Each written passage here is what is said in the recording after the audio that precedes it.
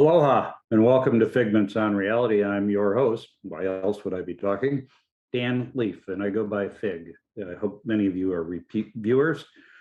Figments on Reality is a look at things in the news, but it's non-political and without vitriol. And even though I'm going to be talking about the Washington problem in national security, I'm not going to be talking politics and not going to be naming names because I don't think that does much good. I'm going to talk about systemic issues in our national security community. But before I do that, I have to acknowledge the 20th anniversary of the attacks on the World Trade Center, the Pentagon, and of course, the crash at Shanksville, Pennsylvania. I was in the Pentagon on September 11th, and I've watched several documentaries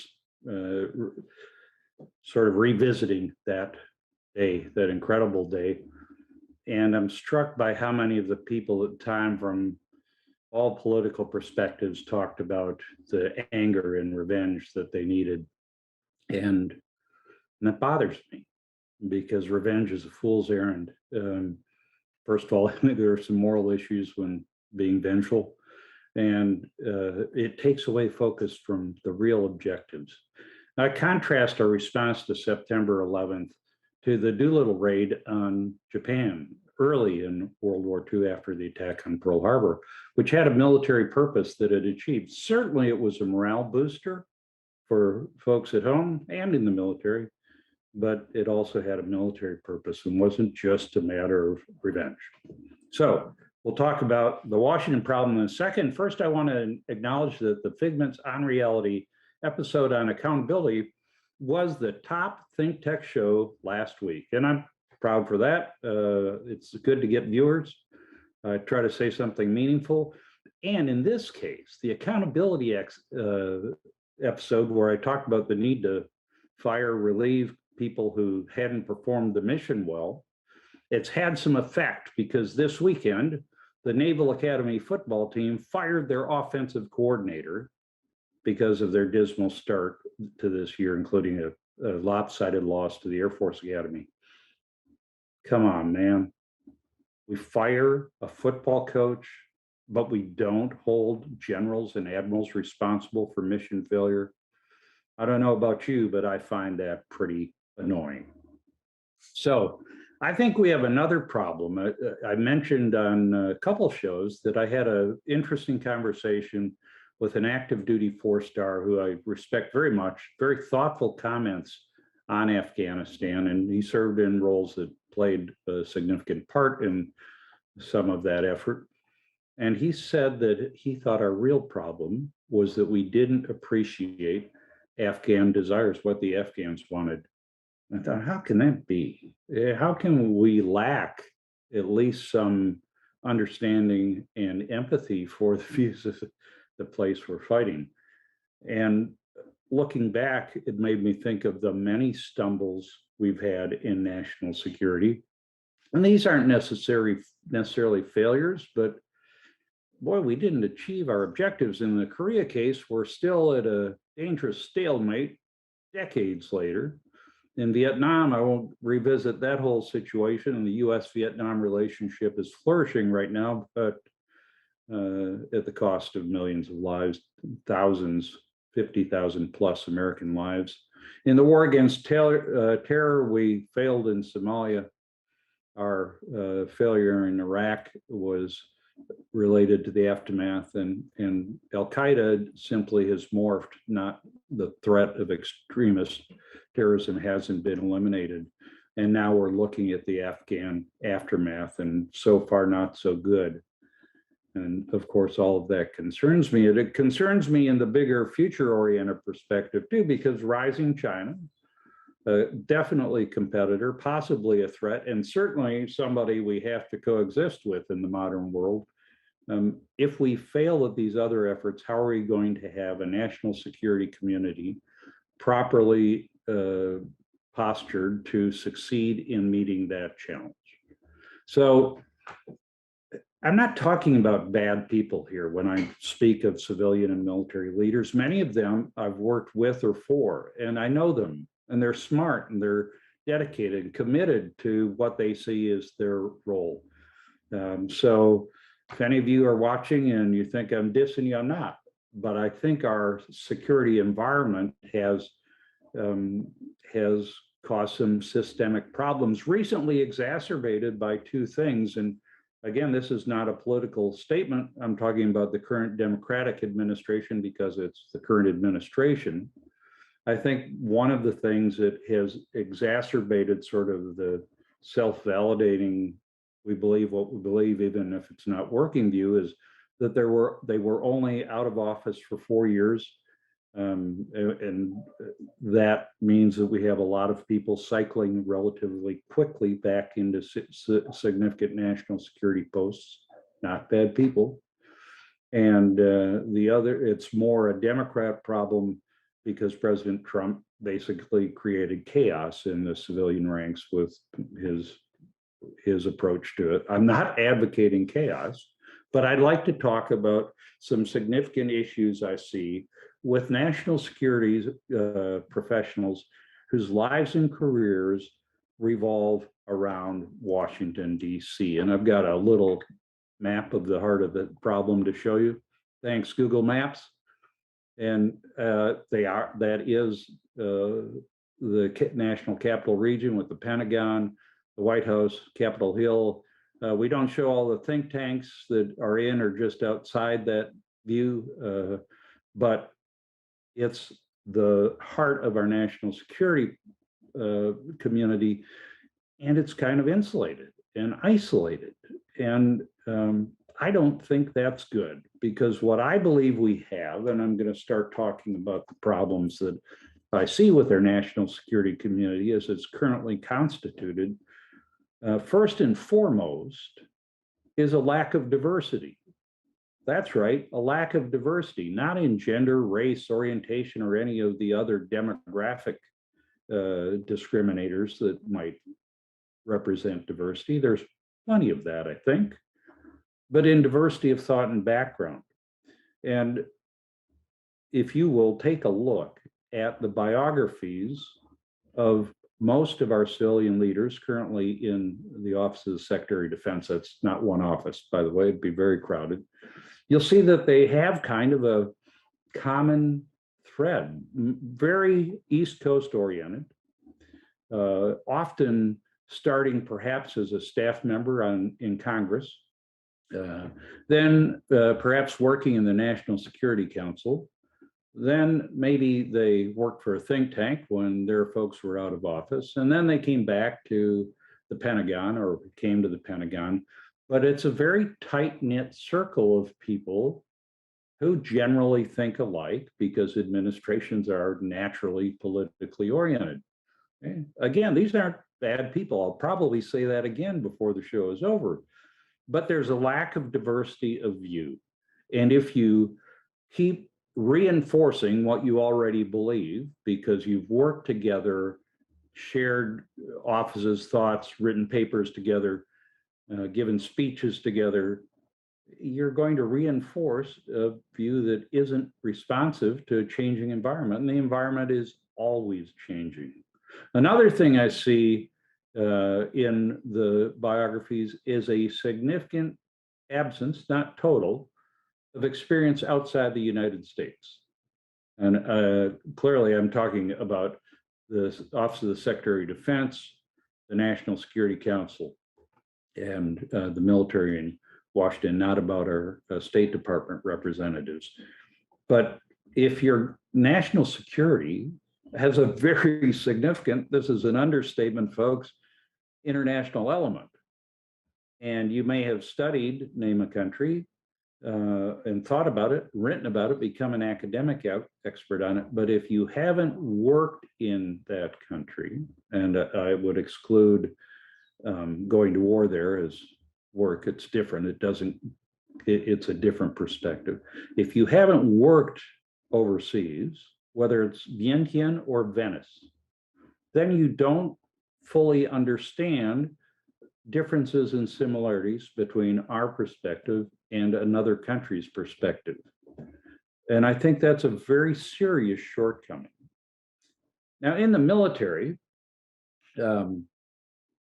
we go overseas a lot. I think I spent roughly a third, maybe more of my career in places like Japan, Korea, Italy, and elsewhere.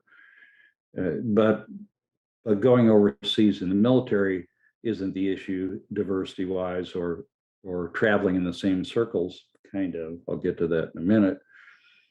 It's the lack of diversity in leadership. And again, I'm going to speak of people I know and respect and admire. But we have had a very significant lack of diversity in the Secretary of Defense and the chairman of the Joint Chiefs of Staff. On the CJCS side, our chairman of the Joint Chiefs of Staff has been a ground officer for the past 10 years.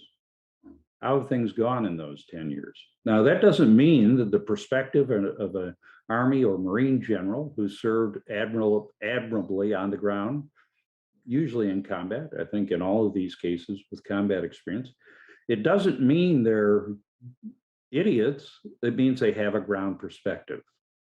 And that lack of diversity of thought and background is a limiting factor in how imaginatively, innovatively we think about defense.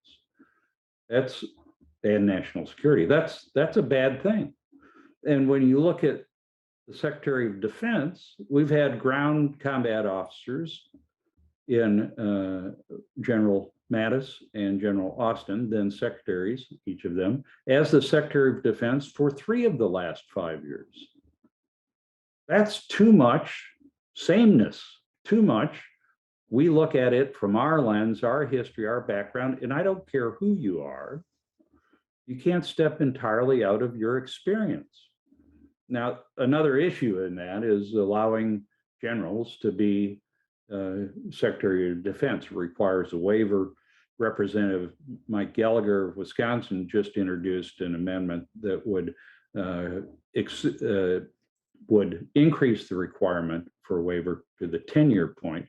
Here's my vote on when a former general or admiral should be Secretary of Defense. I vote never, never, because we need diversity of background and thought. We also need some separation, better separation in roles and responsibilities between civilians in national security and military national security. And of course, I'll talk a bit more about that. But before I do, let me take a quick break, catch my breath, because this gets me pretty fired up, and tell you that a week from today at 2 o'clock Hawaii Standard Time on the 20th, I will talk to a retired Navy captain. He's just a jag. He's a lawyer. He's a lawyer who fell out of airplanes 1,200 times, free fall jumps. Now, how does a Navy jag get to do that?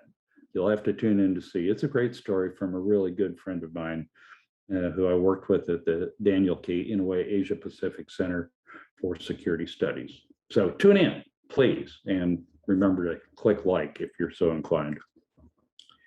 So that lack of diversity and the traveling in the same circles creates a number of problems. I think one of the problems is that a frequent stopping point for civilians who are in the national security community between political appointments are think tanks. Now, think tanks are not a bad thing. It's good to have people have time and funding to think about the very thorny and difficult national security issues that our nations face. And many of them are really quite good, and they conduct robust examinations of national security issues, but they're not unbiased. We can't expect them to be. They are generally politically aligned. One think tank with the Republicans, maybe one with the more conservative Republicans, another with various parts of the Democrat community. Again, not bad, but it does create a bias, and it can be a confirmation bias, whereas these officials step out of government, waiting for their next turn, if you will, they reinforce a consistent set of beliefs that is somewhat unchanging. It doesn't mean they don't learn, but confirmation bias is a real thing in national security. I think it's a real problem. So I think using the think tanks, especially when they're centered in Washington, D.C., as a holding pattern for people who will then come back to government and ping pong back and forth is an issue. So I think we shouldn't do it. Now, talk to that in my recommendations. Another issue that I saw a lot in my military experience is the blurring of lines between civilian and military roles, responsibilities, and authorities. Now, we have a system that's fundamentally based on civilian control of the military, and we ought not get away from that. That is a given. I don't think it's an issue. But over time, I believe we have lost many of the distinctions between whose job what is. And I think that's a pretty good sentence. Whose job is what? Maybe that's a better sentence. And some of that's due to technology and the times. We can communicate perhaps too much. We can jump on Zoom or pick up a secure phone and collaborate. Collaboration is useful, but it shouldn't always be the case. The military should have one perspective. The civilian leadership's perhaps not a distinctly different, but they play a different role, oversight and direction. And the military is focused more on execution. And even within the military departments, Department of the Air Force being the example I'm most familiar with, we've blurred those lines. And while I was serving in the Pentagon from 2000 to 2003, it seemed longer, by the way, I watched a great Secretary of the Air Force and a great Chief of Staff of the Air Force, two people I respect and admire a great deal. But they put so much emphasis on collaboration that they lost the goodness of the dynamic tension that should exist. There's a reason that we have different roles, and that tension creates a debate and dissent that leads to a more considered decision. Sometimes significant disagreement. And in that case, we default to civilian control of the military, but that's healthy, and it creates a better environment for making good decisions. Now, my perspective on division of roles and responsibilities was emphasized in 2007. For a brief but glorious 2 weeks, I was the acting commander of then U.S. Pacific Command. And it was a temporary thing, and I knew that. I was holding the place between two admirals, Admiral Fallon and Admiral Keating, waiting for Admiral Keating to be able to get confirmed and in place. But at the ceremony where Admiral Fallon was relieved to be sent to Central Command, General Pace, the chairman of the Joint Chiefs of Staff, was there. And after the ceremony, he took me aside and he said, Dan, I know you're acting, but don't think that way. And if you need to do something, do something. You are the combatant commander, and it'll be great if you can keep Secretary of Defense and me informed. I think more than great, necessary. But if you've got to do something, do something. And that's a key separation in roles and responsibilities. Every Pacific Command and Indo-Pacific Command commander I've ever known, and I've known most of them for a long time, has said at some point to somebody, either in uniform or out, hey, that's great, but I don't work for you. I work for two people, the Secretary of Defense and the President of the United States. And that's organizational discipline, to stick to your roles and responsibilities. And it helps you ensure, again, that you're not in an echo chamber, getting the same views bounced off the same walls that reinforce things that might not be working and recently haven't worked. So I think that's really important. I also served on the Air Force Scientific Advisory Board. Now, 39 of the members of that board were really smart engineers, scientists, geniuses with remarkable backgrounds. I was the dumb fighter pilot, to give an operational perspective. But we were all outsiders, unpaid outsiders, to give scientific and developmental advice to the Secretary of the Air Force because they needed, again, a distinct role and responsibility separation.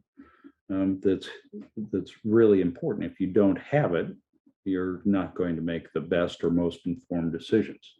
I think there have also been significant failures in oversight.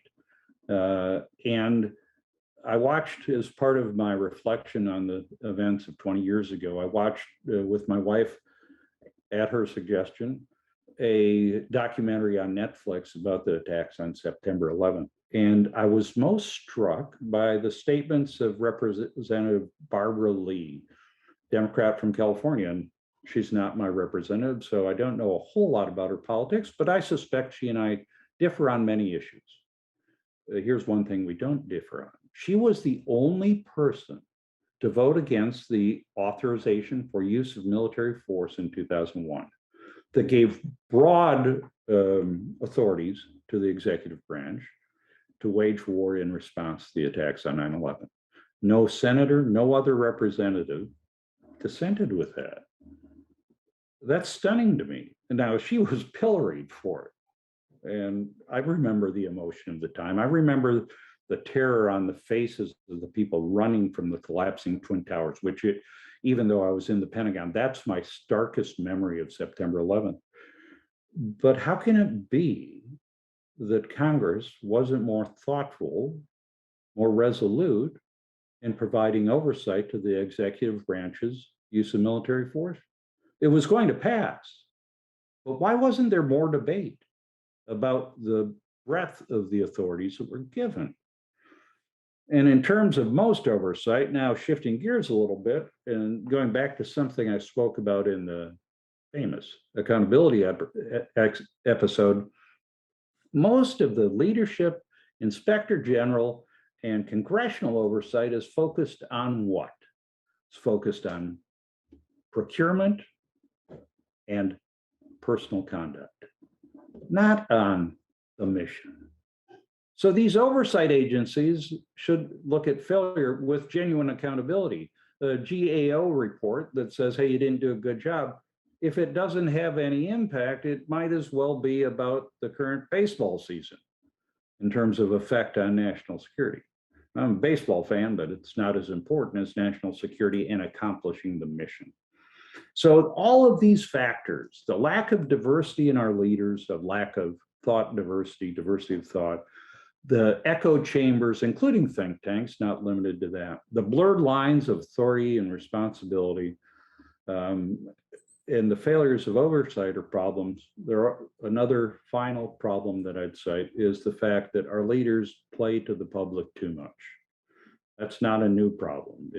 Our entry into World War II was delayed by public opinion. You have to play to the public, but it seems when we get into mission execution, too much of that comes front and center, and not of executing the mission, and when it doesn't go well, living up to your responsibility in public.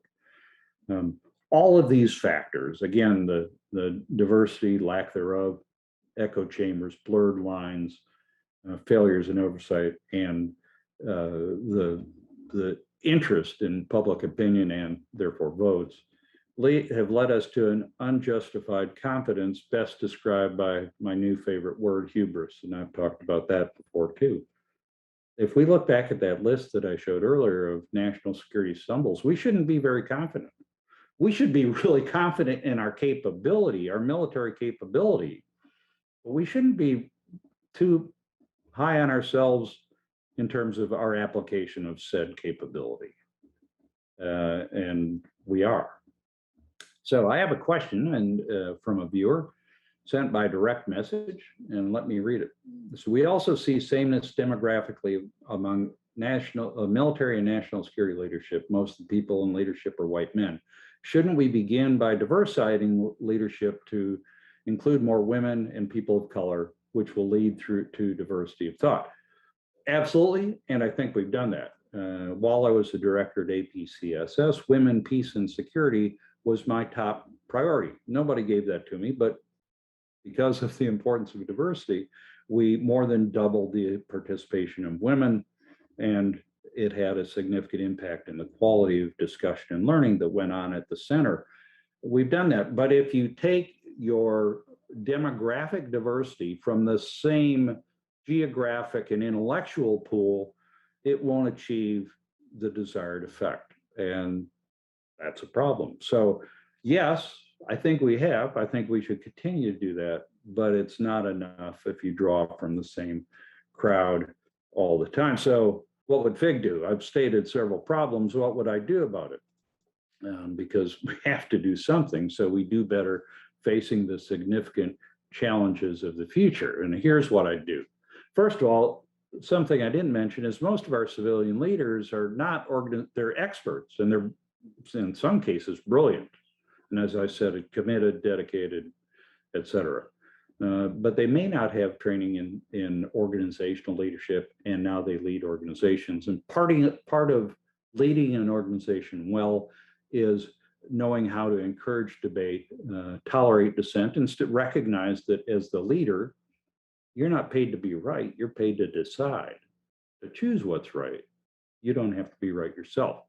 They should get that leadership from a non-government source. And the military sends many of their senior officers to civilian non-government leadership schools. I went to the Leadership at the Peak in Colorado Springs. It was a great experience, really an eye-opening experience. I remember specifically in one of the breakout groups during this 2 weeks, and the other participants were CEOs and COOs from big companies.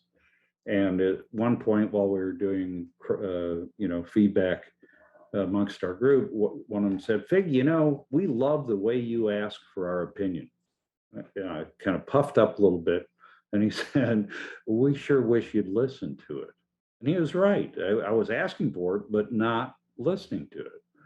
We have to encourage debate and dissent. And that's not easy. Again, you have to be, you have to make a decision at some point. We should mandate overseas experience for senior national security officials. Some of them have it, but that's a congressional oversight issue. They can mandate it.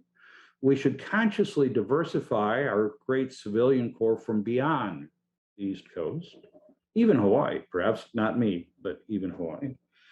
And we should put some limits on the revolving door for going from Congress to the National Security Council to think tanks, and perhaps maybe two events for a total of 6 years maximum, because change is good, new thought is good, refreshing the gene pool is valuable.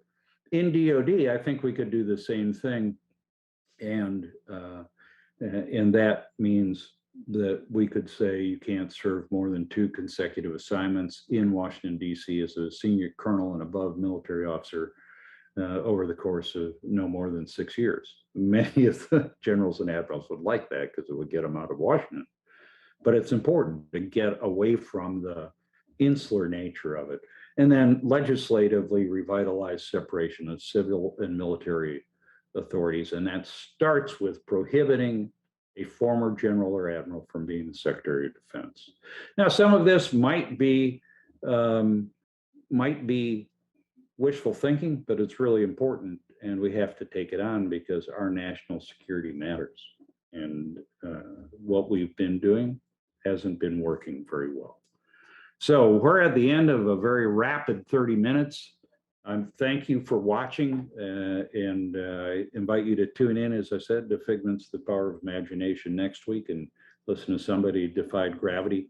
I thank Think Tech Hawaii for supporting this. We're all nonprofit in this business. We're not doing it for money. We're citizen journalists trying to encourage a thoughtful, respectful debate on issues of the time. So please donate to Think Tank if you have the wherewithal and the will to do so. I'll see you next week on Figments, The Power of Imagination. Aloha.